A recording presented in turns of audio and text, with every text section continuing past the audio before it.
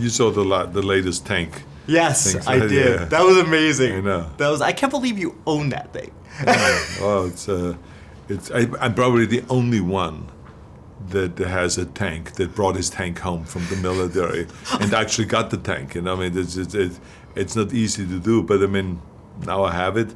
I have a great time with it, and we use it, for raising money. And we just raised another $1 million for after-school programs by crushing things, a bunch of things with the tank. That is a fun job to have. Oh, yeah. Just crushing That's stuff. right. Well, what was fun about it is that you go and do a movie like Sabotage, right? And where you play a certain character and you have action from the beginning to the end and all this. But then after you finish with that, then you go in real life and also create the action, right? You step into your M47 tank, in the Patton tank, and you drive around and you go through living rooms and you crush cars and pianos and all this kind of things. So that's fun.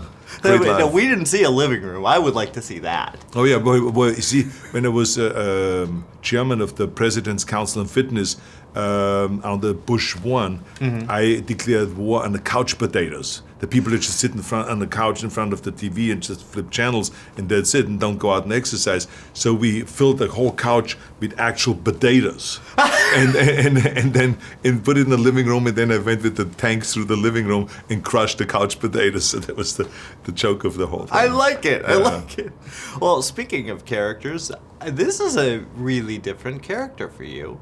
Now, you convinced David. You talked to him about doing a film with him, correct? Well, I saw End of Watch, Yeah. and I just loved that movie, and I loved his writing. I mean, if it is Fast and Furious or if it is Training Day, I mean, he's just a brilliant writer, and he does things in such a realistic way. So I wanted to work with him. So when he rewrote that script, and put his kind of skills on that script. I mean, it became such a fantastic story, so intense, and you could really see it in front of you, how gritty it was, and how violent also it was. But I mean, how it was a realistic world by having, focusing on this whole team of SWAT, this whole SWAT team that infiltrates the drug cartel, but they've been so much in that dark world that they themselves became flawed, and that's where the conflict starts in a movie. And so in the end, there is no black and white. It's like just gray.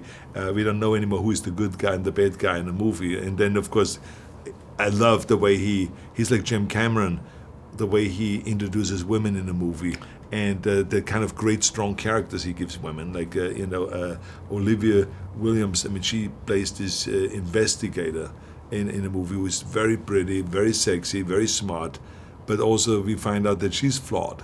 And so everything starts happening in this movie, and it gets more and more intense, and it's really a great suspense thriller, but with a lot of violence there.